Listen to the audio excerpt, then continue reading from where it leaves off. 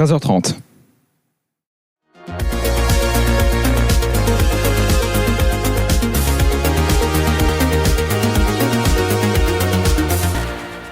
Bonjour, l'info à 13h au titre de l'actualité du lundi 4 août 2025. Plus de 300 veaux sont morts dans un incendie qui a touché un élevage dimanche 3 août à Teillot en Dordogne, rapporte lundi ici Périgord. Le feu s'est déclaré dans une étable où se trouvaient 380 veaux. Les bêtes ont été brûlées vives ou intoxiquées par les fumées importantes. Les hangars touchés par les flammes sont en grande partie détruits. La fumée était visible jusqu'à 40 km/h à la ronde. Les sapeurs-pompiers sont intervenus rapidement pour limiter la propagation du feu. Peu après 20 heures, le feu a été maîtrisé. La maire de la commune s'est rendue sur place. Des habitants et des agriculteurs sont venus prêter main forte pour aider l'éleveur à évacuer les veaux. Une fois le brasier éteint, les secours ont retrouvé des bouteilles de gaz à l'intérieur de hangars, mais aucune n'a explosé.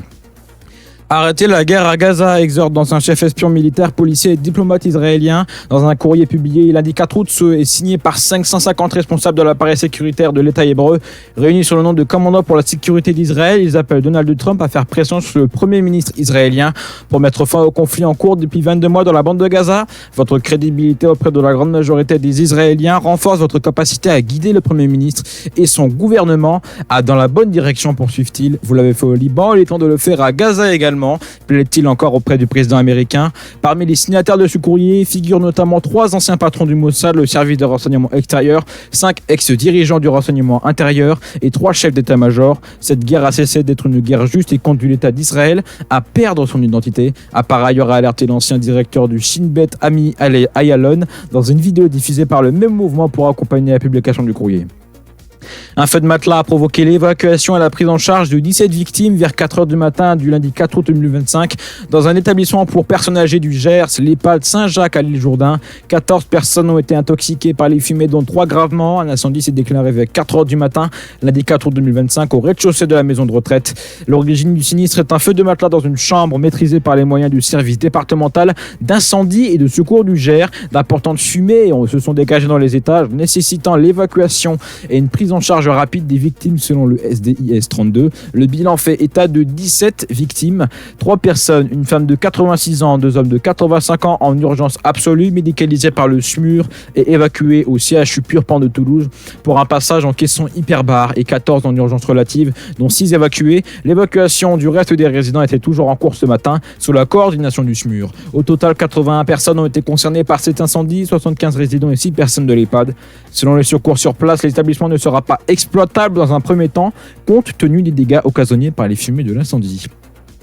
Un accident électrique perturbe fortement la circulation des TGV entre Paris et le Nord. Ce lundi 4 août, les retards peuvent atteindre jusqu'à 3 heures selon la SNCF qui recommande de consulter les infos en temps réel. Trafic fortement perturbé entre Paris Nord et Arras sur la ligne grande vitesse nord, alerte la SNCF dans son onglet Info Trafic ce 4 août au matin. Cause un défaut d'alimentation électrique à Moussy dans le Val d'Oise. Contacté, SNCF Réseau écarte la piste du vandalisme, expliquant que ce défaut touche une caténaire, c'est-à-dire le fil électrique qui permet l'alimentation électrique des trains. Le retour à la normale est attendu d'ici la fin de la soirée, poursuit la SNCF. Comptez des retards de 1h30 à 3h pour vos TGV Inouï, Ouigo et Eurostar. Certains trains vont emprunter un itinéraire de contournement via la ligne classique pour éviter la zone de l'incident.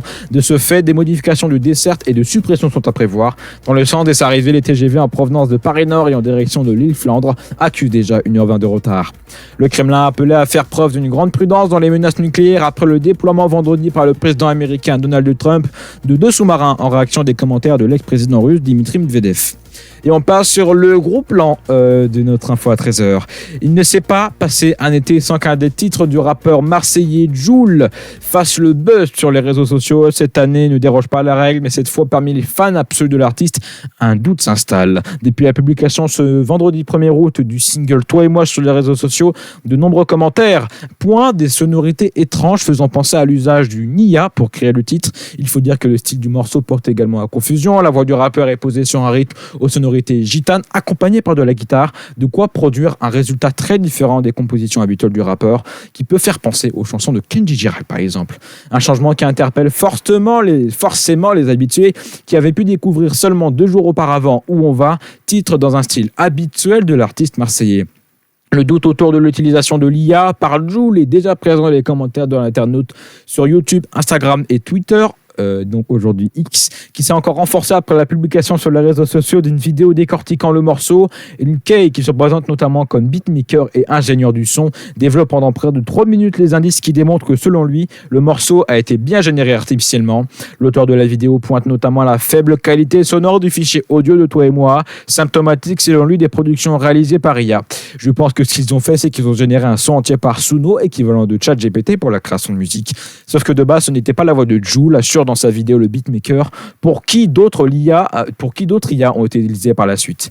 Il y a plein de petits bugs structurels, résume-t-il encore, une démonstration validée par de nombreux internautes, tandis que Jul lui-même semble laisser planer le doute, presque volontairement. Sur son compte Instagram, qui ne comporte plus que 6 publications, l'artiste a publié 3 messages vocaux qui semblent eux aussi être générés artificiellement. Et ce dimanche, une photo artificielle du rappeur grimé en chanteur gitan, guitare à la main accompagné du IA Sports, un hashtag, a encore un peu plus semé le doute. Alors, est-ce un prank, une blague, comme se le demandent de nombreux commentaires, ou alors un vrai coup de com' en laissant volontairement planer le doute? Affaire à suivre. Tout de suite, la météo.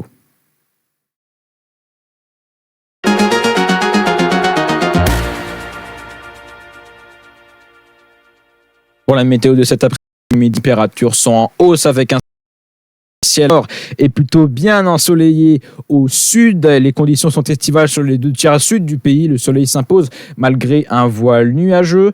Présent par endroits, le Mistral est modéré en vallée du Rhône avec des rafales de 40 à 50 km/h en journée avant de s'essouffler en soirée. Au nord, la couche nuageuse présente le matin se morcelle petit à petit cet après-midi et laisse passer des éclaircies du centre-ouest au nord-est. Les nuages restent toutefois plus denses près de la Manche, prémisse de l'arrivée des pluies faibles pour la soirée et la nuit suivante. On note également un vent de sud-ouest sensible sur le littoral de la Manche, avec des rafales comprises entre 50 et 60 km à l'heure, pouvant aller jusqu'à 70 à 80 km à l'heure sur la côte d'Opale. Les températures maximales affichent 22 à 24 le long des côtes de Manche. Elles sont en hausse partout ailleurs, avec souvent 26 à 32 degrés sur le reste de la moitié nord, 32 à 35 degrés au sud, avec des pointes possibles à 36 degrés de l'Occitanie à l'Aquitaine. Pour demain, mardi 5 août, un passage pluvieux sera remarquable nord, rapidement suivi de larges éclaircies. En effet, la perturbation pluvieuse circule en cours de nuit des côtes de la Manche vers l'intérieur du pays. Elle donne des pluies sur la région parisienne aux environs du lever du jour, puis continue sa progression vers l'est et le sud, se situant en début de matinée dans la Vendée, de la Poitou-Charentes, au centre et jusqu'aux frontières luxembourgeoises.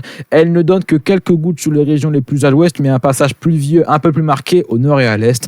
À l'arrière, le ciel se dégage rapidement avec de larges éclaircies et un peu de vent sur le nord-ouest. Sur la moitié sud, le soleil est généreux dès le matin. La tramontane souffle en rafale de 50 à 60 km à l'heure. À la mi-journée, on retrouve la bande nuageuse de la Gironde au sud Bourgogne qui se prolonge jusqu'au Grand Est où elle s'accompagne de pluies faibles. Ces pluies s'évacuent par les frontières est dans l'après-midi, tandis que le soleil finit par l'emporter partout ailleurs.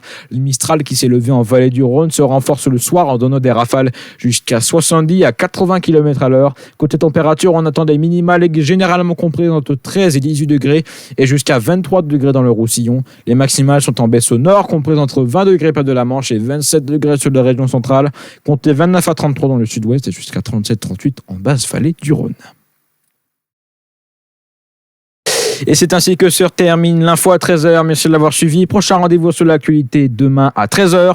Une bonne journée et à demain.